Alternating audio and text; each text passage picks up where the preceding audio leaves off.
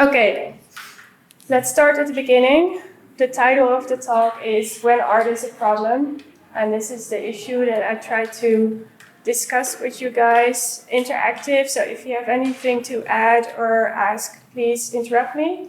And from my perspective, so in the Netherlands, which is quite small, we're a small country, but nonetheless, I noticed that, often people have heard of Dutch artists and also the way that we deal with art.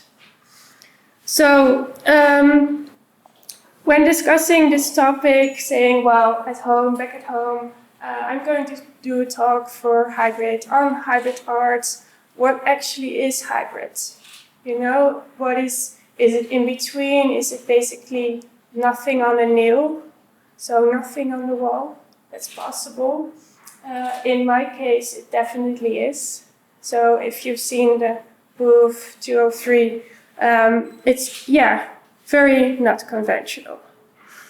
Then I was asked to do this talk, which is, super great, but it's a huge topic, also questioning how the Netherlands actually copes with problematic art.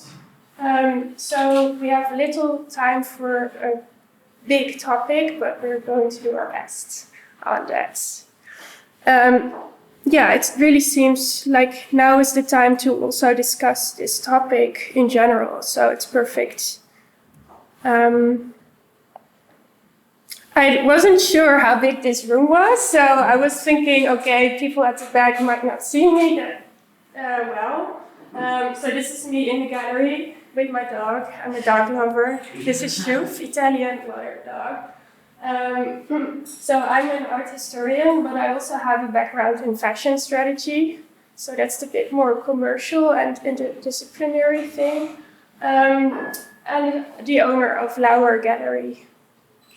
I'm based in The Hague, but I also lecture at the Real Academia of Arte for about 3 years now, and I love that combination of the two. I can give you a short idea. I was working at museums as well before starting up my own gallery. I was thinking there's always so much attention going on to everything that you can put on the nail, the more known artists, so you can see always the same names. And I was thinking, well, I would like to focus on different art forms, people of my generation who have already quite some experience at exhibition history. Why not push them to the fore? So from that, a few years later, now I'm here talking about that. And also inspired for the title of this talk, I must refer to Joshua Decker, who is an American art critic who wrote this amazing book. This is basically my Bible. Art is a Problem. So he wrote a lot of essays and he bundled it in one, and it's called Art is a Problem. Why? Because he states, and it's a quote, "Art engenders important problems, yet it is also a problem by itself." So this strange combination of, discussing something but being something at the same time makes it that interesting. So it positions the role of art within a broader political, economic, social, and also ideological context, which is something that you will see coming back in this talk. So that book is also somewhere here. It's always at my desk, keeping me sharp, but also scaring the visitors sometimes, saying, art is a problem. And this I also wanted to show to you guys. So this is an art piece. I don't sell it, I don't show it, but it inspired me a lot. It's by an Italian artist, Marco Fucinato. And I saw this in 2015 at the Biennial of Venice. And that biennial, I don't know if you noticed back then, had a very special role. So there was written about it as the fair where socially engaged art was thriving. There was a lot of critique, there was a lot of politics. And for me, this work basically triggered me. So you see a lot of things, both visually, conceptually, spatially, going on. So what do you guys think this is, actually? This is real money, right? It is. Okay, and this is printed money. And here you can see a bit of a magazine. So the idea was that everyone could, for 10 euro, get an art piece made for 10 euro, printed with 10 euro. And his reason was part Robin Hoodism, part money laundering, also a fact of the art world. And in an edition of 10,000, it meant a potential of 100,000 euros on the table. And it's this artwork. It's called Words to the V. The fact that we're actually looking at money and that you're participating to this system, was for me like a turning point. I was back then working as a curator, and we did nothing of the sort. People couldn't touch it, people could photograph it, could admire it, but we're not engaging in any way. So, can money make you happy is like the next obvious question. I believe art can. That's a very personal thing. You really have to believe that. And for me, my father is an architect and my mother is a doctor. It somehow grew together, like aesthetics for the better, making people feel better or think about things and then grow to be better.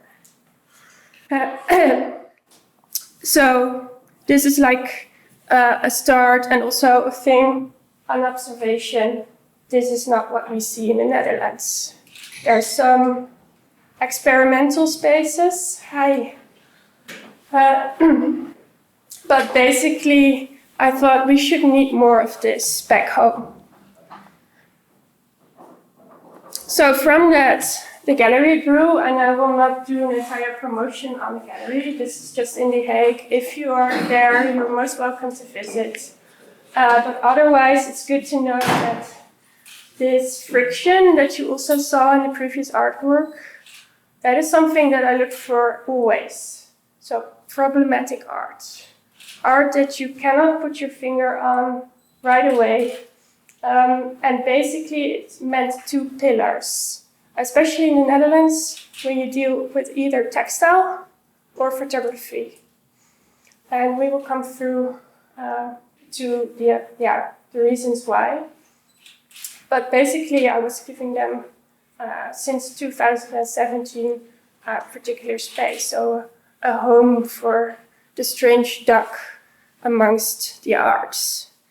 And what is beautiful to know is that I learned that it attracted a certain group of art lovers, so young-ish, 20 to 30, 40, also often with a medical background somehow. So there you have your empathy again. So also this idea of empathy as motivator for change, social change, political change, whatever.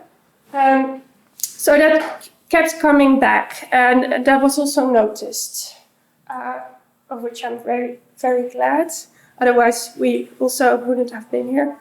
And a fun fact is also that in being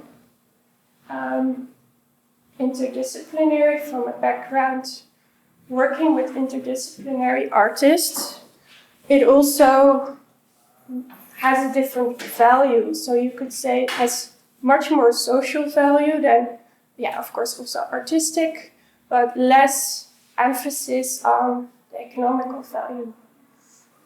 So the talk before this was about non-profit space, and I can honestly say, I think in 5 years, I can be a profit space.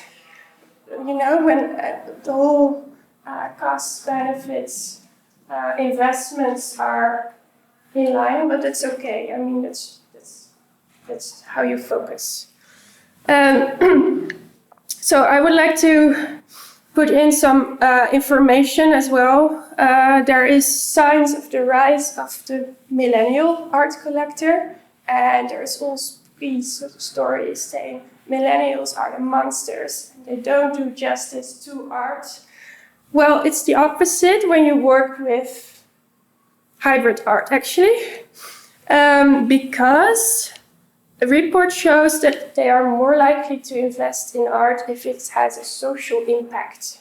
So if it's not a formal way or an economical way, but if it actually works, an artwork, which is amazing. And yeah, we also noticed that within this gallery.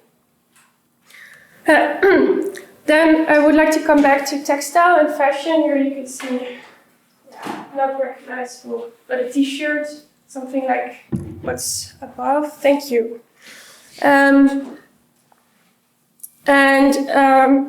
I don't know if you guys know Art Rotterdam, which is the international art fair in the Netherlands for contemporary art. And it was only last 2 weeks ago. Textile was prominently there, which is amazing, so it grew. Somehow, artists are working with textile. There's also a thing going on for glow in the dark, I don't know, but it's exciting. And also Christie's reports show that collecting in textile is really something that attracts people because of the haptic experience, because of the history, the magic. It feels alive somehow. And then there's photography, and there's a lot of festivals and contests. I mean, every day you can participate in something. Nonetheless, as an art form, it's very much in between. Either you think of it as a multiple with low respect, or you think of it as amazing and your first artwork because it's affordable. So those two combined equals, amongst others, the works that we show. Here we can see a work by Eduardo Leon, Avoid Streets. That is also, his lookbook is also present upstairs. And what you can see is that there's special gloves, special composition, and sorry, what's the water? It looks very effortless. Nonetheless, we are not trained to actually engage with art. So you really have to say, you can wear the gloves, you can leaf through it. Feel free, it's not degenerating the value of your piece. So also in the Netherlands, that's often the case. There's more conventional collectors, conventional artists that know somehow that what they're doing is seen as art, and less free-minded people that just explore, want to make what they make, and then in collaboration with a gallerist, they can really say, well, it's finished, and we believe this craftsmanship also is called art. So, how could you wind up in such a position?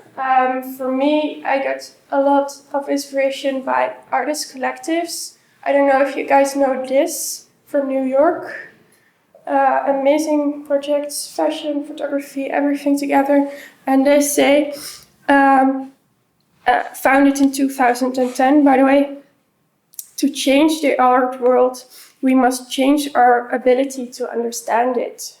So really triggering and motivating us to deal with art in different ways. Another major inspiration, if you've ever been to Paris or are going to Paris, you have Le Bloque, which is the heart in French. And it's also from a collective of designers, artists, photographers. And they say the following: we flirt with art, fashion, design, and offer transversal and dynamic programming. I mean, that you can say that proves to me that you don't see yourself as a gallery. You don't start off as a gallery. You start off as a free space, embracing everything you would like to promote.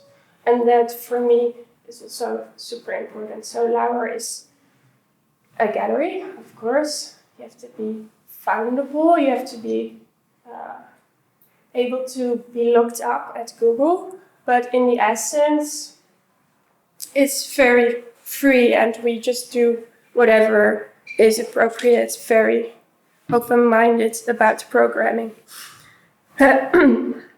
So, just coming back to this image as well, to quote the artist, I like the idea of using clothes as a tool for intimacy to start a conversation.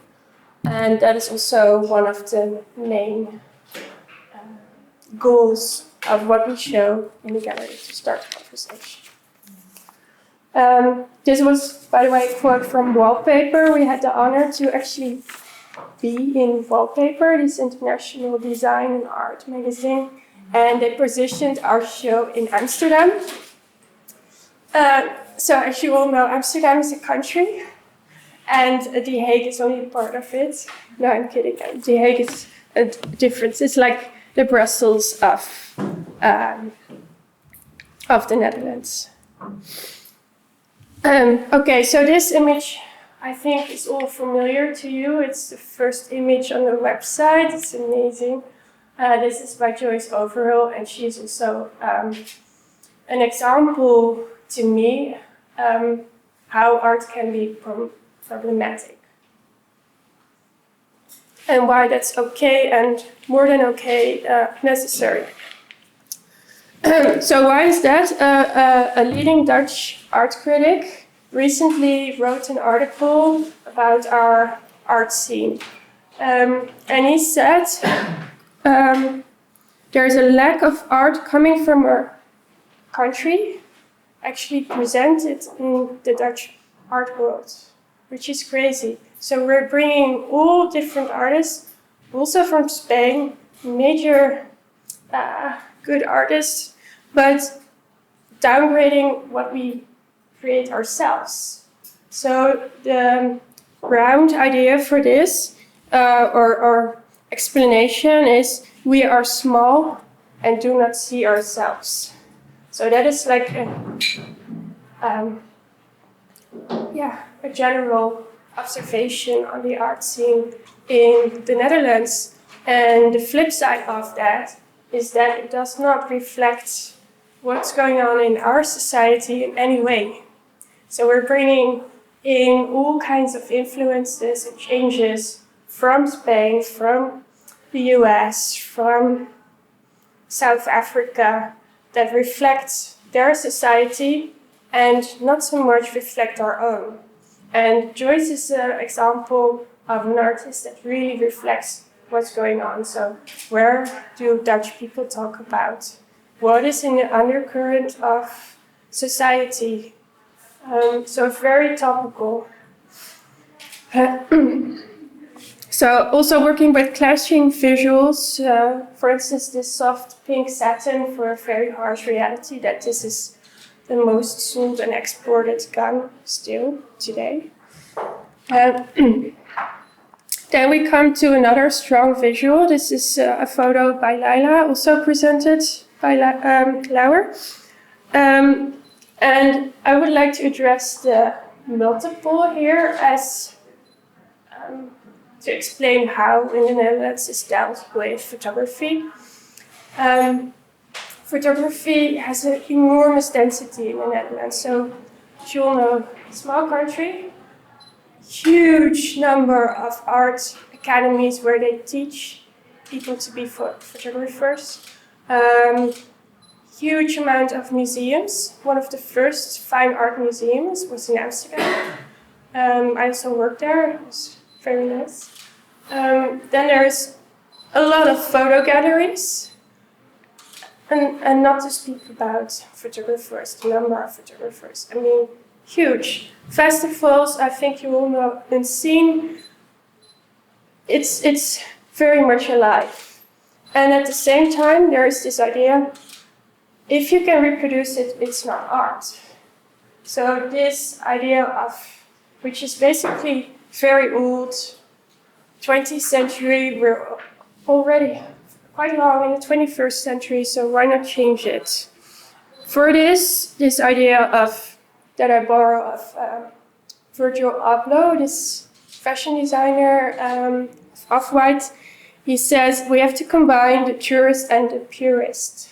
So the one person that comes in and knows nothing and is attracted somehow, but also the one that says, wow, this is analog photography, hand printed, it's amazing.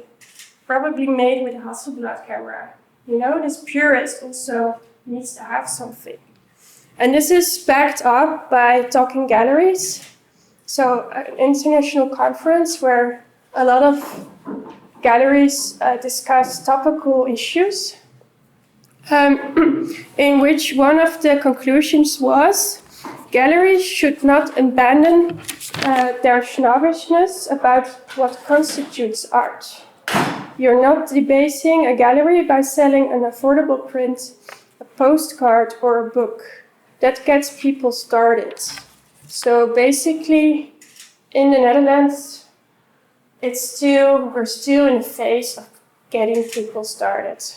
And if there is something major, like Unseen, it's an art fair, but much more a festival. So this experience is much more key and less about understanding new art forms, in my opinion.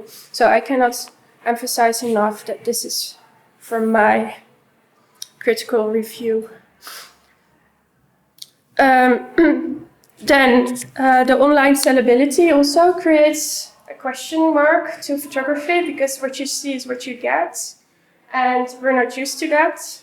While online sales, especially for millennials, to which I'm also part, is working very well. And one fact is that if the price is mentioned, the old generation says, well, absolutely not done. We are supposed to have this connection. People should be invited to know about the price. It's exclusive, and you have to have a membership, basically. Whilst reports have shown that if more prices are known, more is actually bought. So more food for the artists and some rent for the gallery, basically.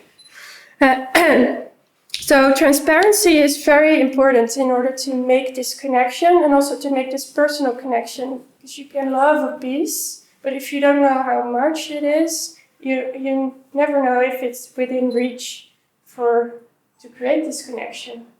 And this personal connection is also key in her work. So Laila Mubarak's psychological game with the sitter, the one that is portrayed. Another example, touching art. So this is a cable, 3D, not 3D, embroidered installation in which this current need to engage with art is very physical and also very much in line with what's going on in the art world. I mean, the most visited museums are now experience museums. So think of Wonder. When you're in Amsterdam, it's called the Museum for the Art of Play. And for instance, in New York, the Museum of Ice Cream is huge. So not even art, but art-related topics and this experience to engage and to play and everything. So this interactiveness is really going against the rules of high art. Also explains this preference from art fair, very static, to art festival. Speaking about fairs, in the Netherlands, the number of participations to international fairs is really diminished. So the fact that we're here, perfect, but that has to do with the costs, profits balance. But that's off for, every participating gallery. That's not to say anything about this fair, but in general, if a young gallery participates in an art fair, doesn't sell anything, next day you're bankrupt. That's how hard it can be. So just a small thing about this image that illustrates my point. This is by Stephanie Beckner, Swiss artist. And this physicality and this process that is needed for her to create such a piece, she transfers to the audience. So the audience is also invited to do the same. This is me doing a different talk. Talks are major in the Netherlands, so if there's an exhibition, count on it that there's a talk with the opening, the finissage, in between, in the evening, every week. So all these different inputs nurture the art scene. And for very contemporary views, so we do that, but also some galleries in Belgium, so the neighboring country, we invite people that have absolutely nothing to do with the topic to reflect on what's going on. So you have this interdisciplinary combination by which you can broaden the scope. So here I'm sitting with a performer, a 3D fashion designer, holograms for influencers, textile designer, and then Eduardo, which we discussed earlier. So really strange combination. What is possibly also good to know that one major talk that is going on in the Netherlands right now is about fair practice code, which is, I must say it correctly, a code of conduct for entrepreneurship and work in art, culture, creative industries, based on 5 core values: solidarity, diversity, trust, sustainability, transparency. And that is all in addition to what we already have, the governance code culture and the code for cultural diversity. So we're very much engaged in how art should be now in 2020, which is a very good development, to my opinion.